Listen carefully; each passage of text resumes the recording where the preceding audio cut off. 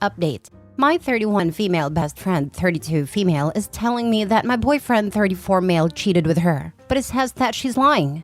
How do I get to the truth and then salvage whichever one of these relationships is worth saving?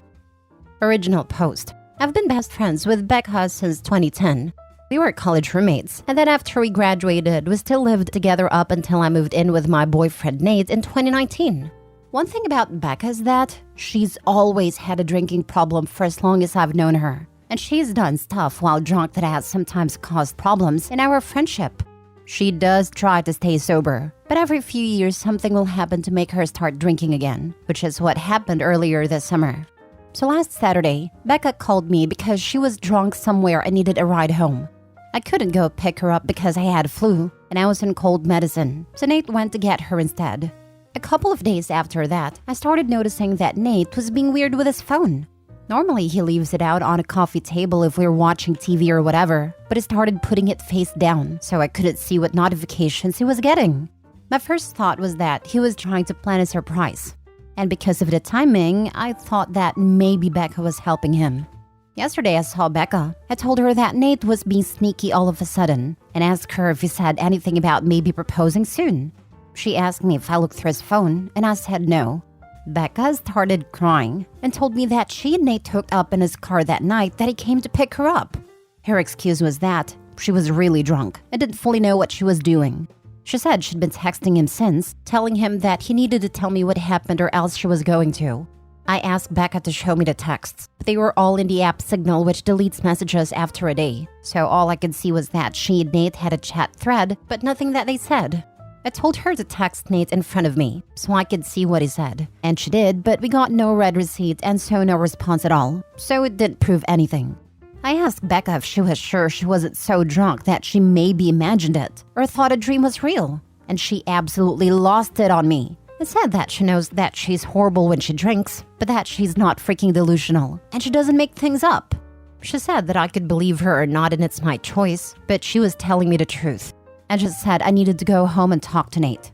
So when I got home, I confronted Nate with what Becca had said, and he acted shocked and denied that anything like that happened at all, and said he didn't know why I should think so or say so.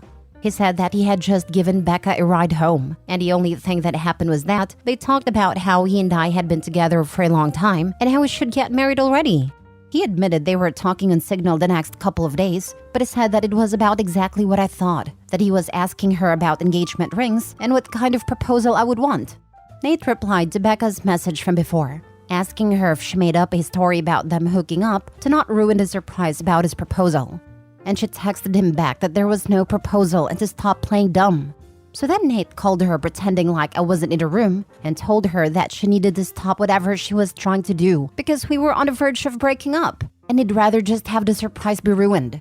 But Becca just kept telling Nate to stop lying until he got angry and hung up on her. I really didn't know what to think and I still don't. Right now, Nate is really upset and not really talking to me much. He says that it's bad enough that Becca acted insane and ruined his plan to propose, but it's even worse that I believed her lies even a little and would think that he would ever cheat on me. Becca texted me saying she was sorry, but otherwise I haven't talked to her either. I don't want to think that Nate would cheat on me or that he'd take advantage of Becca if she was that drunk, but I feel like I can't be 100% sure because I've known Becca for 13 years, and I also just can't believe that she'd lie to me about something this important. And I know that she does have a drinking problem, so I can believe that she'd sleep with my boyfriend if she was drunk out of her head. She's done some pretty awful things in the past when she's drunk. I don't want to wrongly accuse Nate of something he didn't do, but I don't want to be an idiot. Now for the top advice before reading the update. What else has Becca done to you while drunk? I feel like more past context is needed. Does she normally black out? Forget things? Misread situations? Has she hooked up with a past partner? Hit on guys you like? Please provide more background. The fact that they're using Signal to communicate definitely makes me think it's something sketchy and not some innocent thing. I am 60% believing her, but please provide additional details. So in the past when she's been drunk, Becca's blacked out and started fights with me and other people. She'll say really out of line, insulting things. She's kicked people out of our apartment because she didn't remember inviting them in. She's accused me of stealing clothes from her because I was wearing an outfit that looked like something that she owned. That kind of thing. She's never hooked up with anyone that I was dating, but she's definitely hooked up with guys that she knew I was interested in. Wow, that's tough. I'm sorry you're in this situation, because she seems like a total unreliable narrator. But also your boyfriend doesn't seem like he's acting that trustworthy either. What's your gut feeling? I don't know. I really don't think that Nate would cheat, but I just can't imagine that Becca would completely make this up. Both of their stories somewhat make sense to me, but I don't know. I don't know why Becca would be saying this if it wasn't true, but I'm afraid of deciding I definitely believe her and then having her later realize she forgot she hooked up with somebody else that night or something. From a new device, you can add the app and recover up to 30 days of messages by hitting the Restore Recover after being prompted with your 30-digit passphrase. Remember, nothing is deleted from servers. All your stuff is out there. I don't care what app you use. There is no such thing as privacy on a smartphone or computer for the average user. Now for the update. So on Thursday night after I got everyone's advice, I told Nate that I had found out a way to recover deleted messages from Signal. He immediately took out his phone and opened the app and asked me to show him how to do it. So I already thought that must mean he was telling me the truth because he didn't panic or hesitate at all. Which was good, because when I tried to download Signal on my old phone, it turned out that it's too old to support the current version of the app, so it wouldn't work. Nathan asked me if we were going to have to go out and buy a new phone for me to believe that he was telling me the truth, and he said that he was willing to do it if that's what it would take. I told Nate it wasn't that I didn't believe him, I just wanted to have some proof, because I just couldn't understand why Becca would lie about it. Nate said that she would lie about it because she's a freaking crazy drunk witch. And there's literally no way for a non-crazy person to understand why she would do anything. And once the messages prove that, he didn't ever want me talking to her again. Then his had to get up because if we were going to go to the Verizon store, we had to get there before it closed. By then, I completely believed Nate anyway. So I told him we didn't have to go anywhere or get a new phone, and that I believed him and I knew he didn't cheat on me, and that he would never do that. Nate said that he would hope I know that, and that he didn't understand why I didn't take his word for it in the first place. I started trying to explain why I didn't want to just immediately dismiss what Beck had said happened, but Nate said that he really couldn't listen to that right now. I said that was fair and agreed that I would cut Becca off. But at first, I wanted to try to get her to admit that nothing happened. Nate said fine, but to call her with my phone on speaker, because he thought he also deserved to hear her admit that she was lying. So I called Becca and I said the same thing to her that I said to Nate, that I figured out how to recover deleted messages on Signal. She asked me why I would need to do that, so that was when I knew for sure that she was definitely making it up, and not just confused somehow. I said it was because I wanted to have proof of what she and Nate talked about. Becca asked me if I saw their messages, so I lied and said yes. After that, Becca just went silent, until finally I asked her if she was going to say anything. Then she asked me if that meant that we were engaged now. So then I really just lost it on her and screamed at her, asking her if she was freaking serious. And what the heck was wrong with her? And how could that possibly be all that she had to say? Becca started screaming back, telling me to calm down and about how obviously I never believed her anyway, because it's not like we broke up over it. I was crying by that point, and because of that I couldn't really say anything else. So then Nate told Becca to get lost and to never ever contact either one of us ever again, and hung up on her. A minute later, Becca sent me a completely unhinged text that I'm quoting here verbatim apart from changed names. Courtney, you are supposed to be my friend for life. You are supposed to be there for me. You are supposed to be my person. But then you meet Nate and now you only care about Nate. Everything is about Nate. Tell me why Nate comes to pick me up when I call you. I called you, not your precious freaking Nate. I only want you to see how messed up this is. But do you? No, of course you don't. Of course you choose Nate over me like you always do, and like you always will. You pretend to care about me, but I can't see you don't care. It is pathetic, Courtney. You are a pathetic woman who would choose a man over a friend. Since you have to have your sweet, perfect little baby Nate do it for you, I will. Goodbye, Courtney. Is that what you want? Goodbye forever. I hope you got what you freaking want.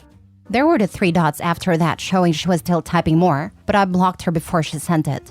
I don't care about anything else that she has to say. I'm sure it's all just going to be more BS about why this is my fault, or justifications about why what she did wasn't that bad and I should forgive her. I know Nate is probably right, and there's no non-crazy logic behind why Becca would stoop to doing something like this, but obviously I've still been thinking about it. And my best guess is that whoever said that Becca still blames me and Nate, apparently mostly Nate, for her being a drunk mess who can't get her life together, is right. It seems like she somehow thought that if she said she hooked up with Nate, I'd break up with him, but still wants to be friends with her and then everything would magically be fixed. As far as stuff with Nate, I asked him if he thought he could ever forgive me for doubting him, and he said that since I came to my senses and I cut Becca off, he guesses we can try to put it behind us. I don't think he's still going to propose anytime soon. After this, I probably wouldn't if I was him. And from what Nate said, he didn't actually do any planning yet other than asking Becca about rings, and if I'd think a public proposal was tacky or not. All he was doing so far was trying to get ideas without me knowing he was talking to her about it.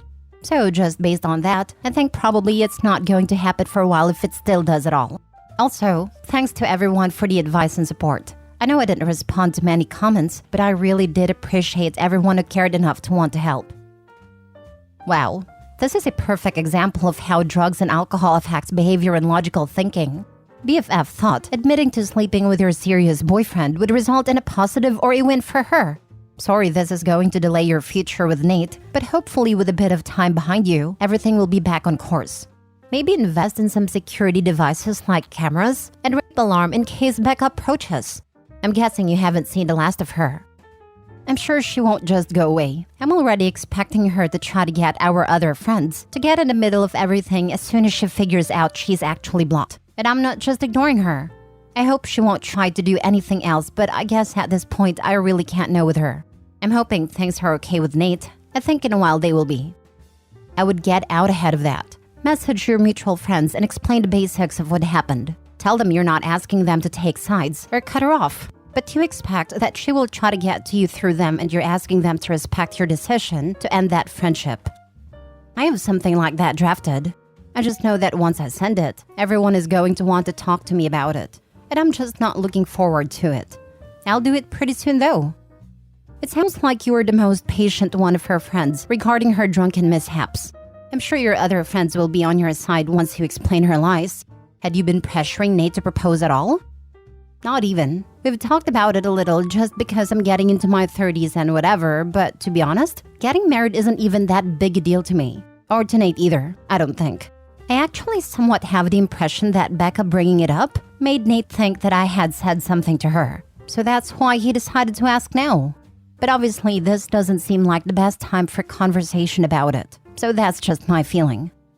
Well, if it isn't something you've been pressing for or even want necessarily, just concentrate on getting your relationship back to where you want it. Sounds like if you stay no contact with Becca, you have a good shot of that happening. I'm curious if Becca ever said anything to you when she hooked up with guys you liked? Do you think she was blocking you on purpose to keep you for herself? Did she try anything with Nate before you were exclusive? Or was she drunk and looking for hookups? I don't think she ever put enough thought into those hookups to be malicious like that. She was just inconsiderate and would go after whoever. Last story. My girlfriend, 28 female, doesn't want me, 27 male, to keep our current dog because she's old and thinks she'll cost more money than we need to spend.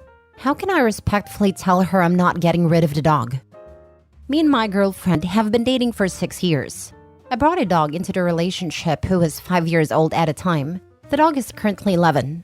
I had conversation with my girlfriend about this and the possibility of another dog. The first thing she said was, no, dogs in general are expensive. Which reminds me, you should get rid of the brat we have right now, because all dogs like her are so much more expensive. After she said this, I told her that the dog was my best friend and something I would never get rid of because she means too much to me. I told her that the dog matters more than money. She got mad and she said that the dog should matter less than what she wants because we've been dating for 6 years. I simply got up and left the room to calm down. The dog has never been a problem. She hasn't had to do anything with her other than feed her at night when I'm at work. The dog hasn't ever been a problem in the time we've been dating. She's mostly lazy, and the most she does is a daily walk that my girlfriend hasn't ever had to do. I've owned this dog for longer than we've been dating, and this dog gave me the love that I wasn't able to get from anyone. How can I tell my girlfriend that I'm not going to get rid of the dog? I don't want to cause more problems than needed, but I do care about my girlfriend, and I don't want to lose her because of something as stupid as this. Now for the advice. How can I tell my girlfriend that I'm not going to get rid of the dog? You tell her straight. I'd be concerned at this point about how she treats your dog when you're not around. To word this in the gentlest way possible, I don't suppose it's with kindness. I seriously think you need to walk away with your dog. Yeah, I would seriously be concerned that one day you're gonna come home to find your dog gone, with your girlfriend saying, "Gosh, he must gotten out and run away, I guess," and not knowing if she actually drove him 100 miles away and abandoned him in the woods, or took him to a vet and had him put down. How about getting rid of the girlfriend? Like, for real, why you want be together with someone who wants to throw away an animal when I could get ill and cost money?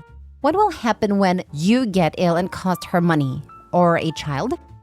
She's unemployed, so I would be caring for myself with my own money. And we've talked about the children thing before, but she believes children are more important than animals, says they're a lifelong responsibility. You should get rid of her, because unemployed girlfriends are more expensive. Edit. Thank you everyone for the advice. I didn't think there would be so many people helping with this. I have decided, when I have time, to get rid of the girlfriend. I can't be with someone who, like many of you have said, who will not care for me when I'm old and sick with her, or who will divorce and leave me when our children turn out to be too expensive. Me and Pupper will live our best life without that weight on our shoulders.